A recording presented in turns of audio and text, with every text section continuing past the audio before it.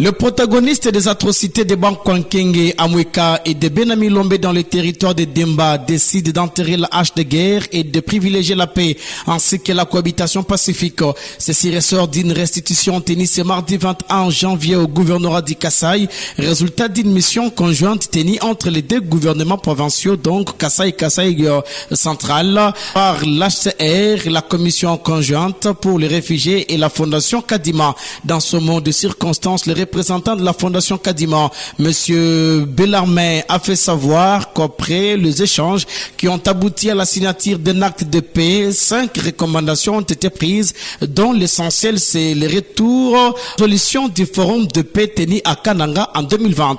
Le représentant donc de ACR, M. Samplis Kpandi, ce conflit qui a donc entraîné le déplacement de plusieurs personnes risque d'en provoquer de nouveau si les solutions palliatives ne sont pas trouvées. Du HCR accordé au gouvernement provinciaux des deux provinces de Kasaï et du Kasaï central s'inscrit donc dans cette logique. L'accord de paix que nous célébrons aujourd'hui représente une avancée majeure.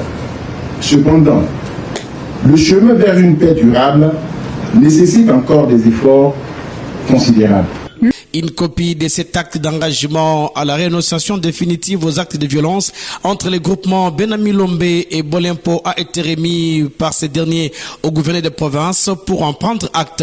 Et pour sa part, le ministre provincial de l'Intérieur qui avait conduit la délégation à Mweka a rendu public l'acte de paix des autorités coutumières qui ont juré de ne plus revenir verser le sang humain. Je voulais suivre ici le ministre Peter Tswaka dans cet élément. Après avoir analysé en profondeur les causes qui sont à la base des divisions et des violences qui s'ensuivent, et nous avons décidé d'y mettre un terme. Prenons l'engagement solennel devant Dieu, nos ancêtres, les autorités provinciales et devant nos populations respectives. Article 1. De ne plus jamais recourir ni inciter nos populations à la violence, mais de privilégier en toutes circonstances les voies pacifiques pour régler nos différends. Article 2. De nous abstenir de tout discours de haine, de division et de discrimination entre nos communautés et de promouvoir l'entente et l'acceptation mutuelle. Article 3. De laisser aux seules autorités au niveau national et provincial l'initiative pour toute question relative aux limites des entités administratives en vertu des prérogatives qui leur sont reconnues par la loi. Article 4.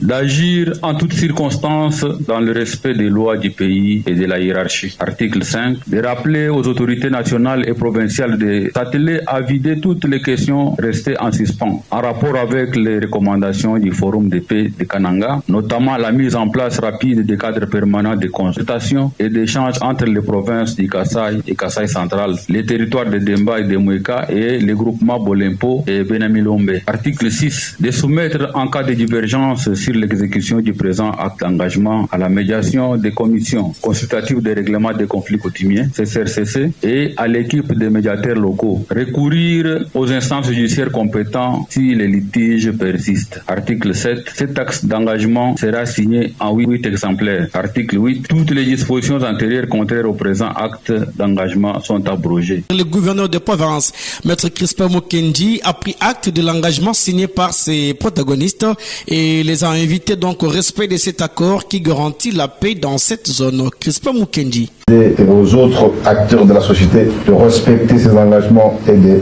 construire la paix pour tous. C'est l'occasion pour moi de remercier en premier lieu le président de la République et chef de l'État, Félix-Antoine Tshisekedi Tshilombo, artisan de la paix, particulièrement la Commission nationale pour le réfugié, le Haut Commissariat des Nations Unies pour le réfugié et son partenaire Fondation Kadima pour leur appui technique et financier à travers les processus de médiation entretenus